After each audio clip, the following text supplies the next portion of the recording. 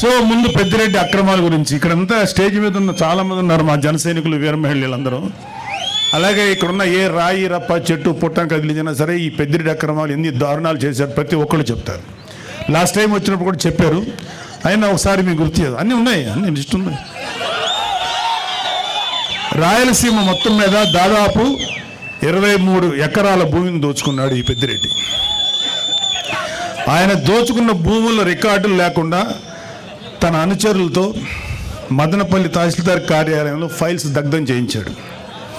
తగలబడిన files చాలా వరకు 22A కింద ఉన్న ప్రభుత్వ భూములకు సంబంధించిన డాక్యుమెంట్లు ఉందని సిఐడి అధికారులే నిర్ధారించారు. పొంగనూరు పాడి రైతులు నిలువున దోపిడీ చేస్తున్నారు. లీటర్ పాలకి కేవలం 20 రూపాయలు ఆయన నిర్ధారించి తన సొంత డైరీకి పాలు తరలించాలని పాడి రైతుల్ని బెదిరిస్తున్నారు. ఇప్పుడు కాదులే, ఒకప్పుడు మొన్న ఎలక్షన్స్ వరకు.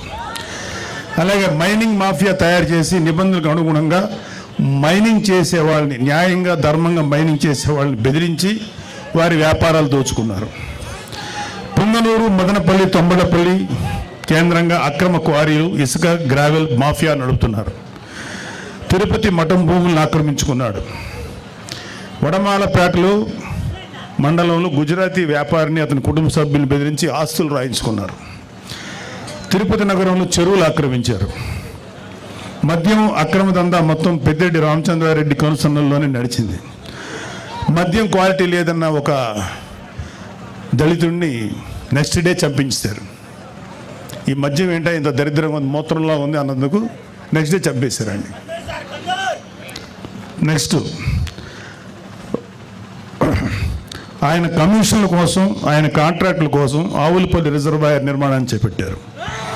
దీనివల్ల 100 కోట్లు నేషనల్ గ్రీన్ ట్రిబ్యునల్కి పెనాల్టీ చెల్లించారు.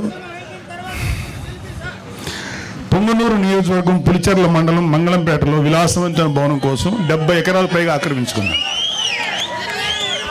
అటవీ శాఖ భూములు ఆక్రమించి మార్కెట్ యార్డ్ నిధులతో రోడ్లు వేసుకున్నాడు. మరొక ఎర్రచందనం అక్రమ రవాణా కోసం అడవుల్లో రోడ్లు వేయించుకున్నారు.